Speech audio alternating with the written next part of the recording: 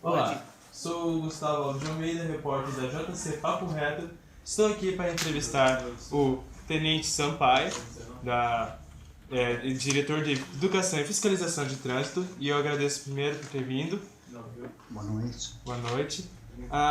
Vou fazer umas perguntas sobre o trânsito. Qual o motivo da mudança da linha expressa para a Rua Grande do Sul e Paraná?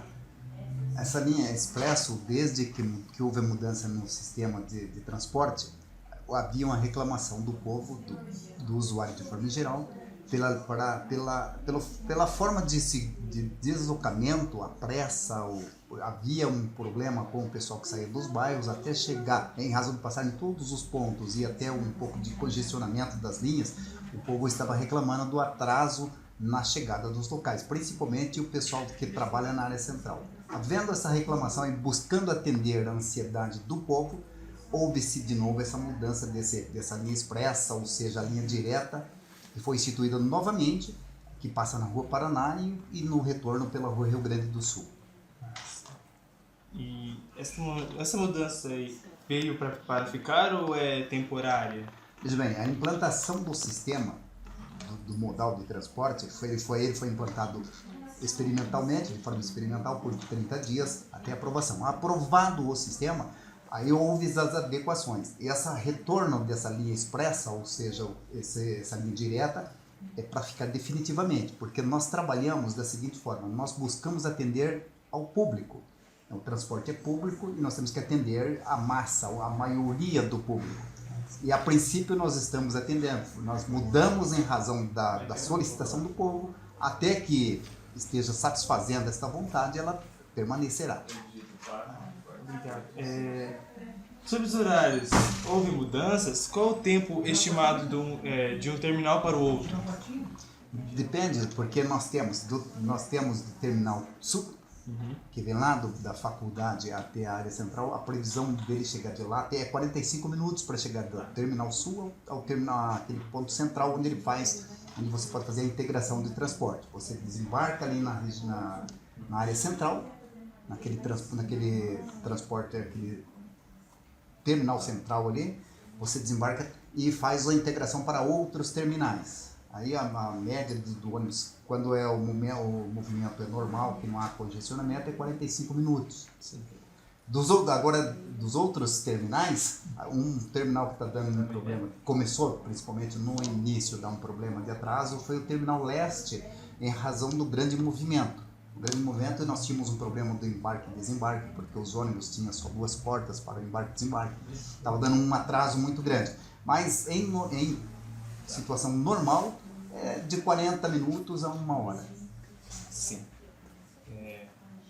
Então o tempo não é não tem um tempo estimado por causa do trânsito, certo? Não, porque é de acordo com a linha, né? A distância, o congestionamento, o número de veículos circulando, o número de passageiros, inclusive, porque nós temos um problema muito sério com relação ao embarque e desembarque dos passageiros.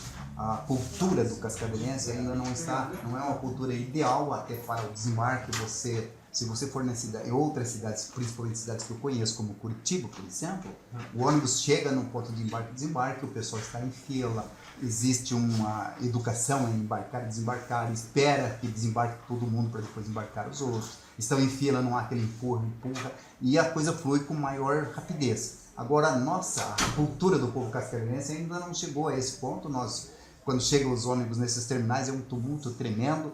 Às vezes tem os cadeirantes que precisam de uma ajuda, e inclusive eles devem ser privilegiados no embarque e desembarque, mas a cultura nossa, não respeitamos os idosos. Nós precisamos ainda mudar bastante a nossa cultura, a nossa educação, para melhorar. E todos esses transtornos causados no embarque e desembarque acabam causando inclusive atraso nos horários dos ônibus. Ele tem um horário para ser cumprido e às vezes não cumpre em razão do próprio passageiro, que cria esse tumulto todo.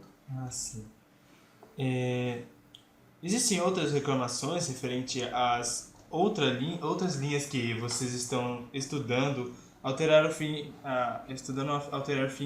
de melhorar? Existem ainda. Hoje eu recebi 2 reclamações, inclusive uma linha que vai ter um núcleo industrial, o pessoal pedindo mais ônibus, mais horários de ônibus, né? E mudança no horário, em razão do horário de trabalho. a gente tem que fazer uma análise, ver se existe uma demanda, porque se você aumenta o número de ônibus, obviamente que tem um gasto, um custo maior, e isso vai ser distribuído no valor, vai ter um custo, porque nada é de graça. Então, se você aumenta os números de ônibus circulando, tem combustível, tem que pagar o motorista, tem todo esse aparato de pessoas para operacionalizar o sistema, e isso acaba majorando o preço da passagem.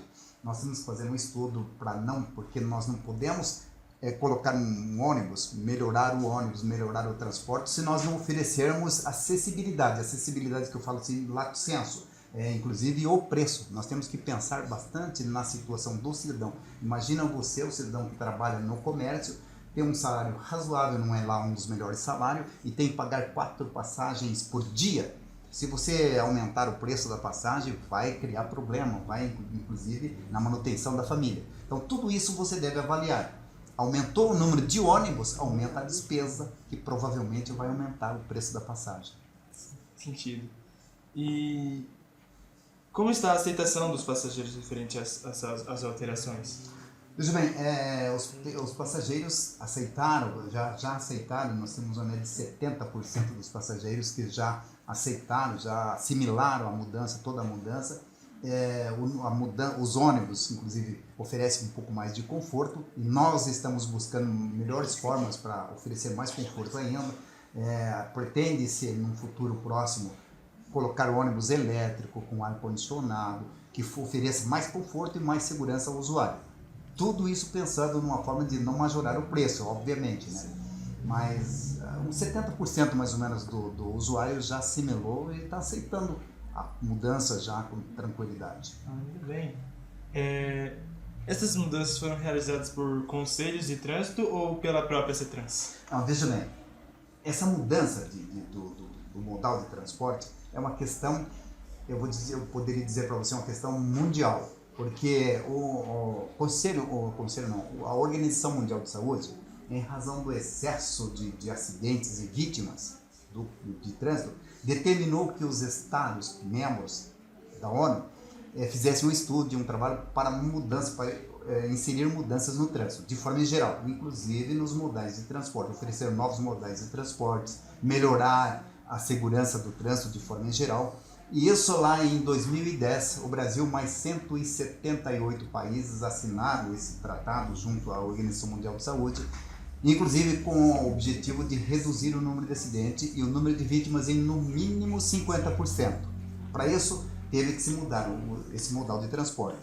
Quando você fala em trânsito hoje, você tem que falar em mobilidade urbana, isso aí inclui os modais de transporte de forma geral, né? Você tem que falar em acessibilidade, que é uma acessibilidade, é isso que fala inclusive no transporte, a acessibilidade com preço acessível a todas as pessoas, né, aqueles que necessitam.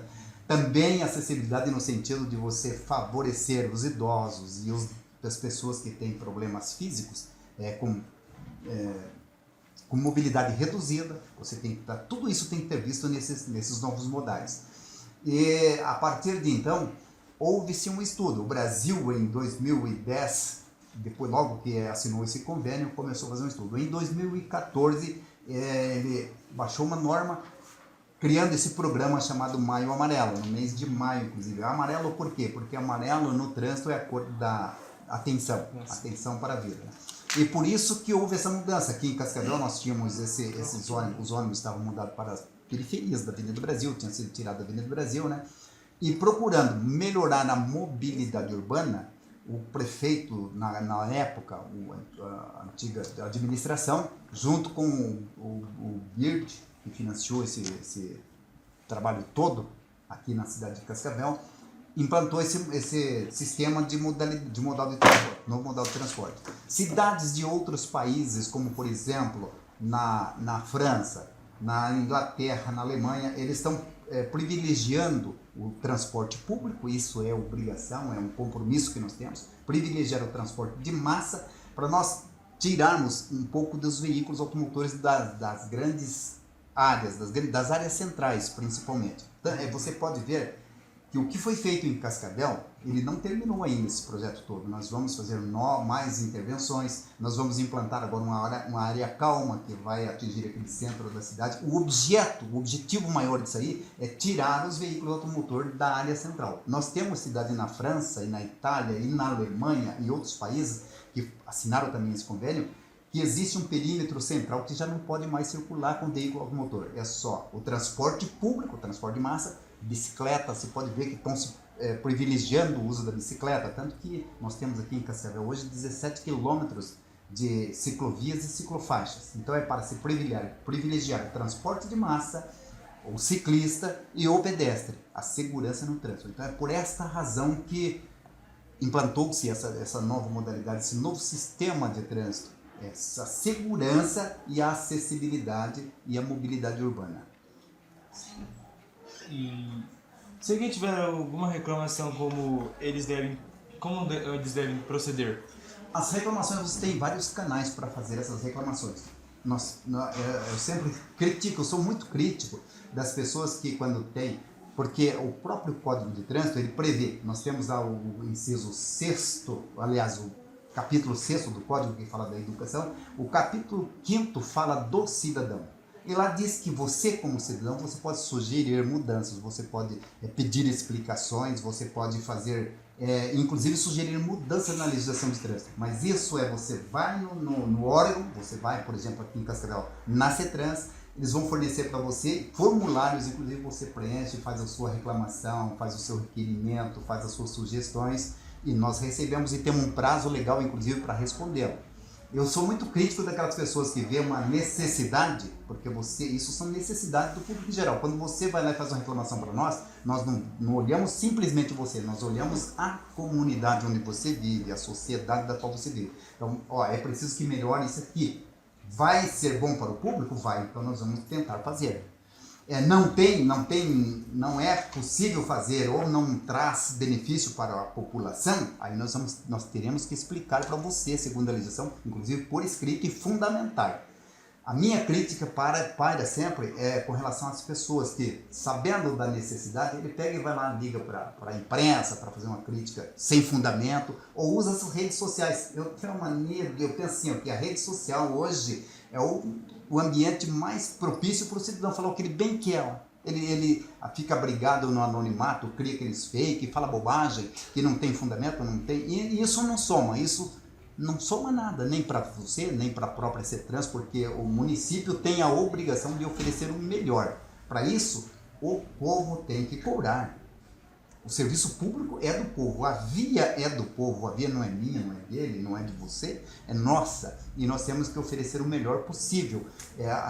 Nós falamos assim, que o sistema viário é o maior espaço democrático para o cidadão exercer o direito de ir e vir e permanecer. E isso tem que ser feito de acordo com a legislação, de acordo com a Constituição, porque todos nós estamos sob o jugo da lei e nós temos que cumprir aquilo. E quando nós estamos investidos de uma função pública, veja bem, você está numa função pública. O que é isso? O que quer dizer isso? Que você tem que atender ao público. Nós somos empregados do povo, nós trabalhamos, nós recebemos para trabalhar para o povo, para atender a ansiedade do público. Eu não estou ali para fazer bonito, eu não quero colocar lá, se fosse assim, se fosse fazer o que eu bem entendo, eu ia colocar uma via preferencial que sair do local que eu trabalho lá para minha casa. Eu queria privilégio para mim, mas eu tenho que pensar no público, nós trabalhamos para o público. E é esse que tem o direito, eles que têm o direito de reclamar, eles têm o direito de pedir, de solicitar, e nós temos a obrigação legal e moral de responder.